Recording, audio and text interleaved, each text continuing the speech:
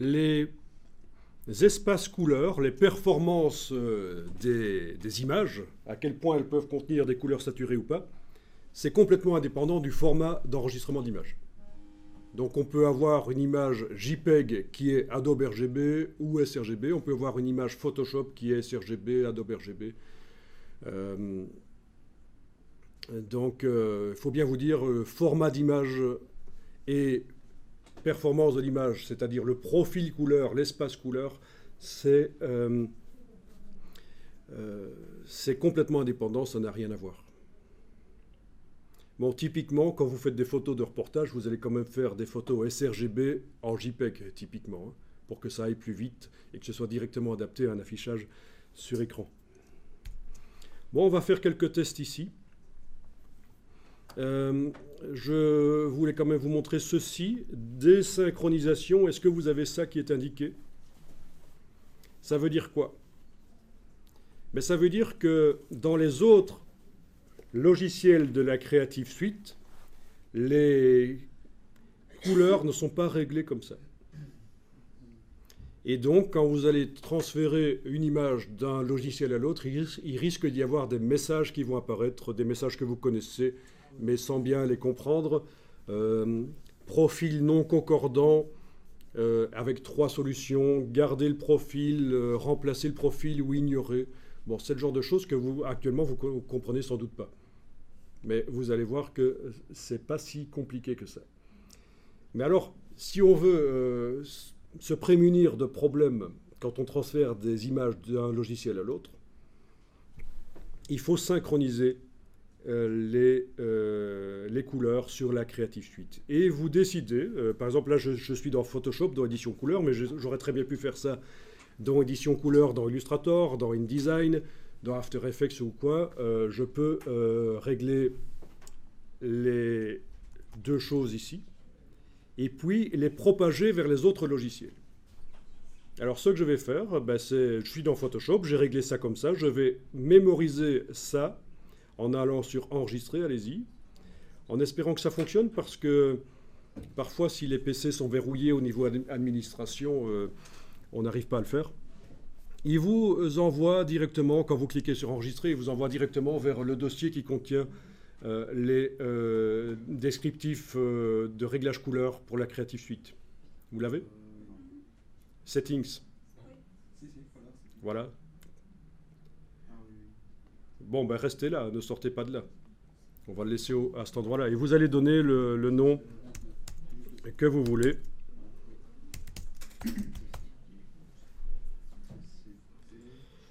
Vous mettez le nom que vous voulez.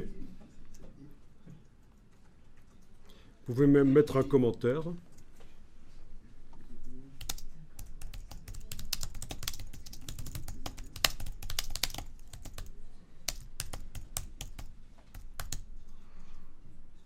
Ok, ce que vous voulez. Ok. Donc, vous avez mémorisé le réglage Photoshop, là.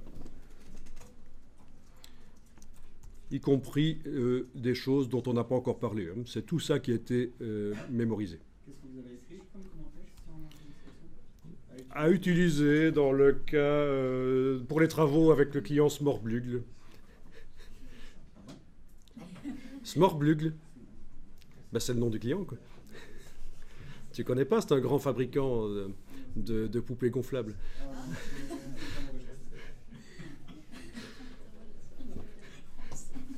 Ben oui, ils ont choisi le nom de la marque en fonction du bruit que ça fait quand on l'utilise. Ouais, excusez mon humour un peu crado. Je ne peux pas m'empêcher. Bon. Oui, mais tu mets ce que tu veux comme commentaire. Hein. Ok. Et puis, il va falloir propager, parce que là, j'ai juste enregistré le réglage, mais pour le propager, vous allez avoir besoin d'un logiciel qui s'appelle Bridge. Alors, vous allez chercher Bridge. Bridge, qui est vraiment un logiciel super chouette. Bon, si vous utilisez Lightroom, la fonction catalogage de Bridge ne vous intéresse pas beaucoup, parce que vous l'avez dans Lightroom. Mais sinon, si vous utilisez Camera Raw, Bridge, c'est vraiment très, très intéressant. Où est-ce qu'il se cache? Petit.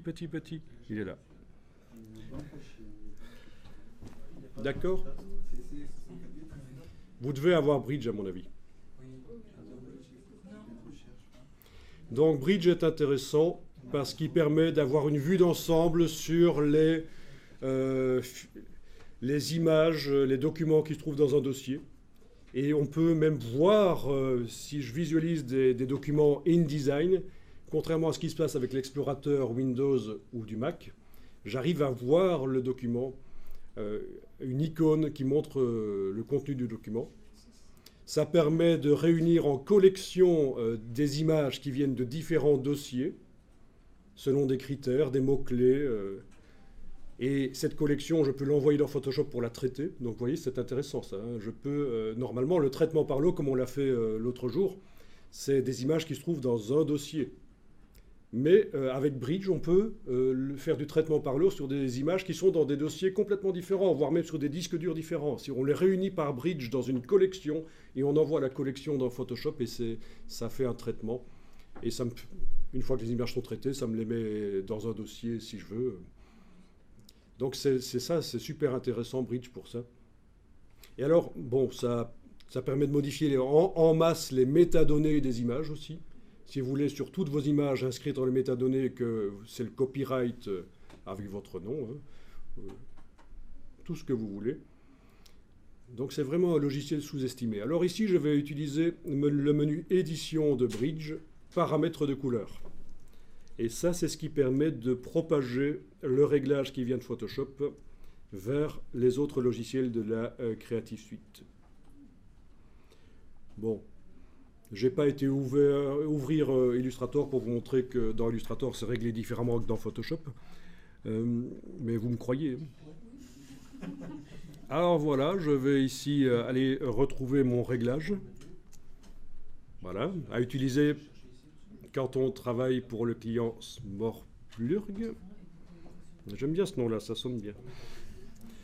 Et je clique sur Appliquer. On dirait un nom de bonhomme dans les séries un peu fantastiques. Voilà, et c'est fait. Donc, dans Édition, paramètres de couleur, vous choisissez le paramètre que vous avez enregistré et vous l'appliquez. À partir de là, dans Photoshop, quand je vais dans Édition couleur, il est indiqué que c'est synchronisé. Donc, toutes les applications de la Creative Cloud ont les mêmes réglages. Donc, beaucoup moins de problèmes quand on va passer des images d'un logiciel à l'autre. Cet affichage-là,